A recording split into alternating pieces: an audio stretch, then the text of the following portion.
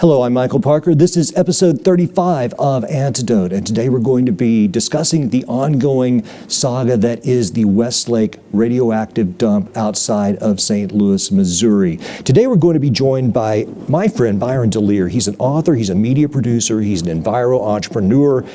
He's a twice former U.S. House candidate and just a very smart man who knows a lot about a lot of different things. So he's going to be joining us today from his home in Maryland Heights, which is very close to the Westlake site. Byron, welcome to Antidote. Hello, Michael. Thanks for joining us today. I know you're a busy guy, and I appreciate you taking time to speak with us today. It's my pleasure. We have such a long history. I've appeared on your shows Dark Matter and Electric Pyramid, and I think this new show, Antidote, is really awesome. So thank you for having me. This is a very important issue, and although some may think it's a provincial issue or a local issue, it does actually have national implications, and so it's very important to get this out there, and I appreciate the opportunity to do so.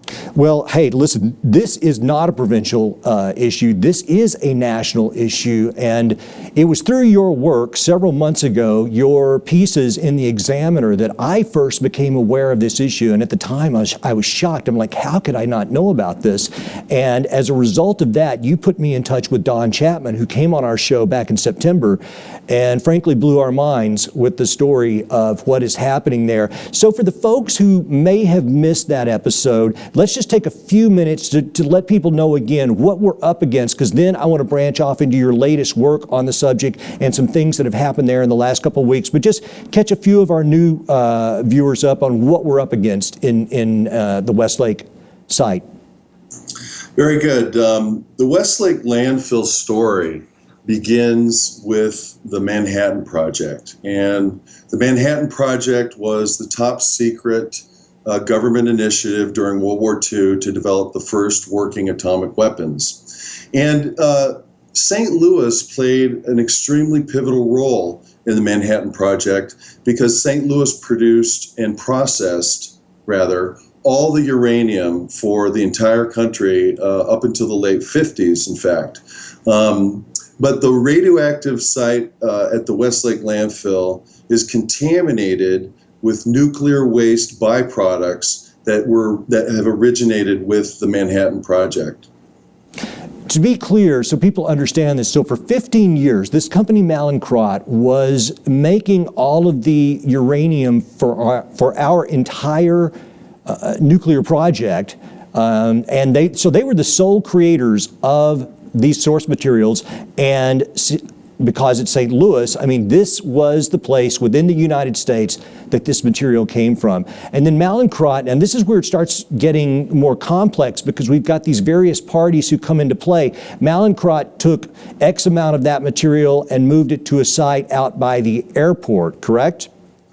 Yes, and just to clarify, the source material most of it came from Africa. Right. And it was called Belgian Congo Pitch Blend was the name of the ore, and it was an extremely highly rich source of uranium. In some cases, upwards of 50 and 70% was pure uranium, which was just unheard of. And ultimately, it was this source of uranium that really enabled the Manhattan Project ultimately to be a success. But so Mallinckrodt Chemical Works, which was located in downtown St. Louis, was purifying this source of uranium, and then it was moved on to other facilities for enrichment. And there were a whole host of very complex processes that this material was put through in order to further purify it and further refine it. And this generated hundreds of thousands of tons of highly radioactive, highly radiotoxic nuclear waste. And in 1946, Mallinckrodt Chemical Works started to store this waste at a site near the St. Louis airport. That's called the St. Louis Airport site. And it was a 22-acre site near the airport. And upwards of perhaps 133,000 tons of nuclear waste materials and residues eventually wound up at the airport site. That is a huge amount of material, and when they stored it at the airport, this whole thing is hard to believe. We're storing, toxic radioactive waste within this large United States metropolitan city, but that's what they were doing. So they're storing it out there on this 22-acre lot beside the airport in 55-gallon drums and whatever else, and it was there till 1973? Well, some of the material was just stacked up in piles. There was a nearby creek called Coldwater Creek that ran adjacent to the site. So the materials started leaching into this creek, which then transported this cancer-causing material through many densely populated zip codes in North St. Louis County. And if you Google Coldwater Creek, you can see all the cleanup efforts that have been engaged in regard to that material and that source of transportation into the community. And it's just shocking, Michael, because elevated rates of sickness, disease, and death are now starting to emerge. There are a number of health studies and surveys that are underway, and they're showing a lot of tragic circumstances for residents here. So this material, unbelievably, was auctioned off by the Atomic Energy Commission in 1962. The Atomic Energy Commission put up for auction 125,000 tons of this material that was stored at the airport. And the material had exotic names like Belgian Congo raffinate and radium-bearing residues and Colorado raffinate. Raffinate being the term that refers to waste where that is left over when the source material uranium has been extracted from that material. And one of the materials that was at the airport was called leached barium sulfate and barium sulfate. And in fact, NIOSH in a 2005 report mentions that this is the worst of the wastes that were at the airport. So this kind of nuclear hot potato, if you will, begins where the material is auctioned to a company called Contemporary Metals in 1962, and Contemporary Metals then a year later or so either changes their name to Continental Mining and Milling, which was based in Chicago, or perhaps, and the records here are a little sketchy, the primary source records, but a series of private entities begin assuming control of this material. It goes from Contemporary Metals to Continental Milling and Mining, then to Commercial Discount Corporation, because Continental Milling and Mining went bankrupt. And so their lender then acquired the material. And all this time, the Atomic Energy Commission is reissuing a license for this material. And I'll get to the licensing issue in a bit, because it appears that the licensing was done in an illegal manner. Mm-hmm. So eventually, the material was owned by a company called Cotter Corporation, and they shipped much of it to their processing facility in Cannon City, Colorado. But they had 8,700 tons of leached barium sulfate remaining and a number of other materials. And they tried to find locations and disposal sites that would accept this material. They wrote Weldon Spring a couple times. Weldon Spring is a local area here about 30 miles from the airport site that was processing uranium and making TNT for the Department of Defense in the Cold War. Weldon Spring denied it. They said they didn't want the material.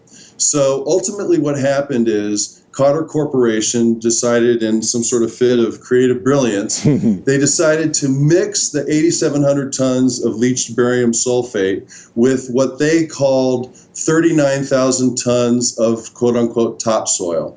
And then they figured that the licensable levels of uranium had then been diluted to the point that it was no longer worthy of a license. And then they illegally dumped it at the Westlake landfill, lying to the landfill operator, telling them that this was quote-unquote clean fill dirt. And from what I'm reading, over the course of the time that they moved that material, and this is a gargantuan amount of material that we're talking about, I believe that there were 3,000 truckloads of this materials taken to the Westlake fill. And I've even found, and I asked Don Chapman about this, I found a report where a man, I think he went unnamed when he was giving his report, but he witnessed back in the 70s, the digging of large trenches within the Westlake landfill into which they drove 18-wheelers, buried them, and walked away. There's some astounding stories, and Michael, I have a penchant for combing over primary sources. Yes. In one of the other shows that we did on Electric Pyramid, I talked about my work in regard to American history and discovering who named the United States of America, because I was so attentive to these rare primary sources. And what we find when we look at the primary source record is that there are inconsistencies, and there's certainly motivation, perhaps, at the time to not offer complete depictions of what was really going on. That's a nice way of putting it. One of our friends, Denise Brock, who is the ombudsman for NIOSH with the CDC. And Denise Brock is an amazing, inspirational story. She has secured many billions of dollars in compensation for atomic energy workers, and specifically dealing with the Mallinckrodt workers. And she states in no uncertain terms that the Mallinckrodt records in many cases were destroyed or even altered. And so, it's you have to be kind of in a sleuthing mood, if you will, to start to piece this narrative together and understand why is it that out of the 100 contaminated sites in St. Louis, I mentioned earlier the Coldwater sites, the airport site, the downtown Mallinckrodt plant itself, and the vicinity properties equals about 100 contaminated sites. Why is it that those 100 sites have been put under the pertinent federal cleanup program for nuclear weapons-related waste, but Westlake has been excluded? And that's a real crucial question there, because when you're talking about 43,000 to 48,000 tons of radiologically contaminated material laying on the surface in the heart of a county of 1 million people, and the fact that you have this, basically endless finger pointing between multinational conglomerates like Exelon and Republic Services and the Department of Energy and the EPA and the congressional delegation. Everybody's kind of orbiting around this issue, and they're never coming to grips with the fact that this material cannot remain safely in this community. It has to be removed. Yes. Well, let's hold that thought, because I want to back up a little bit. And you're, first of all, I hope that people understand one of the things you just said, which is that we're not talking about just Westlake. We are talking about 100 different sites. Now, of those 100 different sites, apparently Westlake is, as you mentioned, the only one that's not being cleaned up. But still, that is astounding. And that goes back to Mallinckrodt's original records. And I asked this to Don as well. It's like, you know what? I mean, when I don't want to use the word obfuscate, but I mean, you said in another interview that I recently heard, look, we really don't even know the true depth of what is at Westlake, because we've lost some of these records, and over time people have been hesitant to be truthy, I guess, on this, because when I was reading as well, when Mallinckrodt was doing this work, the word uranium was taboo. So from the get-go, this had a heritage of secrecy. And over time, as it moved between these companies, and I'm not saying that people started off with nefarious intentions, it's just, it's business, but it is hard to imagine that, given the amount of material that we're talking about and the fact that we don't have all the documents to say what went on and what went where, that these are the only sites that are remaining. St. Louis paid a dear price for its heroic role in the national security equation of the United States of America. Absolutely. Like I mentioned earlier, St. Louis produced, processed, purified all the uranium for the entire nation until the late 50s. And right now, there are people that are suffering due to the defense of our nation.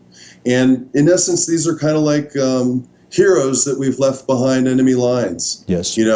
These are folks that are suffering autoimmune diseases, heightened levels of cancer. There have been 45 cases of appendix cancer in the area, and that is an astounding percentage. I mean, Dr. Helen Caldecott, one of the preeminent experts on the health impacts of radiation poisoning, recently said in an interview, in her entire medical career as a doctor, she had never even encountered appendix cancer. So I think the rate is something like 1 case out of 100,000 people, and there are astounding 45 cases that have been identified.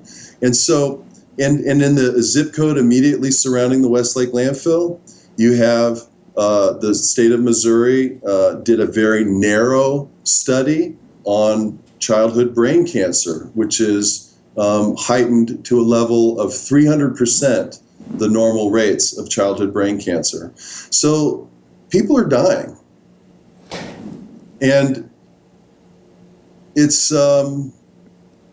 this needs to be rectified. It's really sad, because I have met mothers who have lost their daughters due to cancers. And you're going to hear a lot of folks that talk about how this material isn't so very dangerous, that it's just leach barium sulfate, that this is just merely a low-level contamination, and that it's not that big of a deal.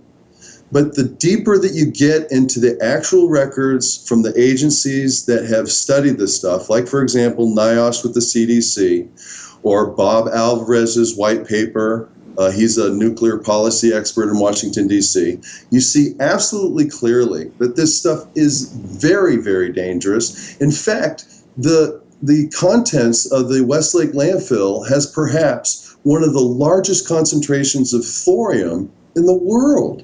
And thorium is about 60,000 times more radioactive than uranium. And it is comparable to plutonium in terms of its toxicity. So when this material is laying there in an uncontained fashion, it can leach into the groundwater, it can leach into the soil, it can leach into the air. In fact, Missouri Attorney General Chris Koster, who is suing the landfill owner, recently fielded a spate of experts that showed that radioactivity was actually found in tree core samples in off-site vegetation, and that it's impacting the groundwater as well. The site is only a mile away from the Missouri River, which is upstream from intakes for municipal water sources. So, you know, and then you don't even want to think about a potential earthquake or a tornado. There's been tornadoes that have run through this area. If a tornado hit that area and spread this stuff around, it would be like a massive dirty bomb was exploded in the entire region in terms of the range of contamination that would occur. And to give your audience, to give the folks listening, Michael, a sense of how much 43,000 tons is, the massively tall, towering St. Louis Gateway Arch is 630 feet tall. It's made of steel and concrete. When you stand next to it, I mean, it is just the most awesome monument in the Midwest. That thing weighs 43,000 tons.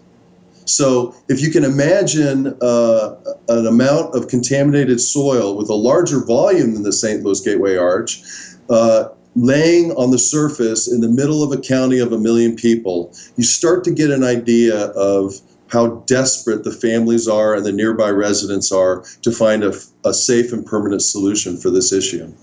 Byron, your recent work, and when we started talking again just in the last couple of weeks, you had just uncovered some new information that I got you off the subject for just a second, but I just wanted to reassert some points that you had made. Tell us what you have come across, which points a clear finger at who is responsible for the cleanup of this. So during the Manhattan Project, the military was in control. And in 1946, there was enabling legislation which established the Atomic Energy Commission. And this was designed to transfer the nuclear industry during peacetime toward from military control to civilian control. And the law that established the Atomic Energy Commission is called the Atomic Energy Act of 1946. And then its later amended version in 1954. And so I was studying this legislation because I wanted to understand what was the authority that allowed the Atomic Energy Commission to just auction off all the contents of the world's first nuclear waste dump to some small-time operator.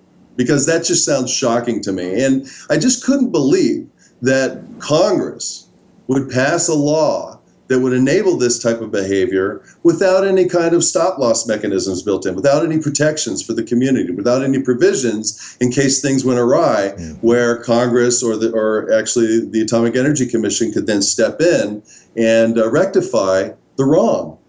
So, lo and behold, I found a clause, and it was right under a section called byproduct materials. And the way that byproduct materials are defined is exactly what was stored at the airport. It was exactly what was moved over to the Laddie Avenue site and then illegally dumped at Westlake. And here's what the clause says, Michael. The Atomic Energy Commission shall recall any distributed materials from any applicant who is not equipped to observe or who fails to observe such safety standards to protect health as may be established by the Commission, or who uses such materials in violation of law or regulation of the Commission, or in a manner other than as disclosed in the license application therefore. So what this means is that the Westlake illegal dumping qualifies for 3 of those issues. Not only is it a health threat to the community, but it was used in a way that was beyond the purview of the license, and the company that did the illegal dumping, Carter Corporation, violated the law. So by my lights, it is a very clear directive, as expressed by the people of the United States through their representatives, through Congress, through this law, that if any distributed materials that are ostensibly distributed for peacetime development, like research and science and perhaps other industrial uses, which is articulated in the law, if any of these distributed materials pose a health threat to the community, the Atomic Energy Commission is ordered to remove the material. This is a peremptory, mandatory obligation, meaning without debate. That seems very clear to me, and to date, the government has taken a hands-off approach. They were saying, well, hey, wait a minute, we offloaded this stuff onto Cotter. And what's interesting, when this initial obscure deal went down in the 60s, they had that clause in there where they said, what was it? It was like, take everything or everything must go, like it's a fire sale or something, and we're getting rid of it. It is like a fire sale. I mean, when you look at the actual original primary source document, it's got like government property sale and this big emblazoned exclamation point over the logo. It's like this really funky 1950s logo. And it says in the instructions to bidders that, we want to ensure that everything is removed from the site, meaning the airport site, which kind of betrays the mindset of the Atomic Energy Commission at the time, which was not really concerned with necessarily distributing some material for peacetime development, but rather retiring that nuclear waste dump. And in essence, they have outsourced their responsibility in regard to protecting the safety of the public. Absolutely. Now, as I drilled down specifically into the details of the license itself, the license was issued for source material. Now, here's the problem. Number one, the Atomic Energy Act defines byproduct material as exactly what was stored at the airport, meaning the raffinate wastes after source material is extracted from a substance that actually is byproduct material. That's the first thing. But the second thing is this: one could extrapolate and interpolate and perhaps make the argument that, for instance, the 8,700 tons of leached barium sulfate did have 7 tons of uranium in it. Mm-hmm. So ostensibly you could think, well, that uranium then is licensable as source material. But here's the problem. You're distributing into the community, into a private entity, tens of thousands of highly radiotoxic byproduct material with a little bit of source material inside of it. Mm-hmm. So in essence, the violation of law on behalf of the Atomic Energy Commission is that they have distributed highly radiotoxic byproduct materials without a license. And this is where the Westlake landfill narrative starts to go into another zone. It goes into limbo and a state of ministerial paralysis, because the Atomic Energy Commission, shortly after the illegal dumping, was folded up, and the Nuclear Regulatory Commission was spun up. So perhaps in a period of agency upheaval and a changing of the guard, from the Atomic Energy Commission to the Nuclear Regulatory Commission, we have the federal government dropping the ball and failing to follow the law. I understand, and I don't think that it would be a particularly surprising story to many people that is what has happened. But I guess in our remaining minutes, what I have to ask you is, you are a well-connected man within the political realm. What has been your response to the people that you've shown these documents to? Because clearly, I mean, this is clearly a job that the federal government needs to clean up. We have 99 other sites which they have taken responsibility for. This is something far beyond, I think, just a typical clean. Listen, it's not a Superfund anymore. They want to make it a foods wrap. This is clearly a federal job. What has been the result when you talk to people about getting this done? So, and just to correct you, in 1990, the EPA wrapped its arms around this site as a Superfund site. Right. And that's the EPA's job. The EPA's job is to wrap its arms around any toxic hazard that's out there. However, these violations of law that the Atomic Energy the Atomic Energy Commission committed, and then the violations of law that Qatar Corporation engaged in, these all predate any sort of artificial framework that the EPA has grafted onto this site. Understood. The Atomic Energy Act, as written in 1946 and amended in 1954, still stands today. That language is still the law of the land. And so it says very clearly and unequivocally that the federal government has a duty to remove this material from the community to protect the safety of the community. Now, when I found this clause, I had kind of a similar reaction, Michael, when I discovered the phrase United States of America in a document from January 2nd, 1776, written by Stephen Moylan. And this was, kind of this uncovering of a hidden history in regard to the American Revolution. I didn't believe it. I didn't believe what I was looking at. I said, there's no way. I mean, this site has been in a state of impasse for 42 years. Yes. There's no way that this simple clause has not been articulated or brought to light before. And perhaps it has. I've pretty much studied all the primary sources and articles and books that have been written about this situation, and I haven't seen it. So I immediately called some policy experts in Washington, D.C., including Bob Alvarez, and he put me on to one of the world's leading nuclear waste and nuclear industry litigators, a woman named Diane Curran. And this is what Diane Curran said after she looked at this. She said, the Atomic Energy Act has these provisions in place to protect the public, said Diane Curran, a leading attorney on a wide range of nuclear licensing and enforcement cases. Although litigation to coerce the Department of Energy to follow these provisions is certainly possible, I would hope that due to the present circumstances of the landfill fire, the federal government would pursue a remedy without delay.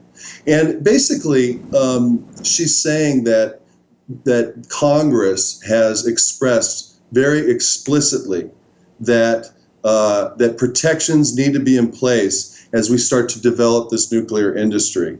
And by my lights, the situation in Westlake actually qualifies under this provision. And, of course, this is a bit of legal theory, Michael, if you will. So it remains to be seen if this needs to be played out in a court of law, or if perhaps the congressional delegation of Senators McCaskill and Senator Blunt will take this as an indication that the federal government needs to remove the material immediately.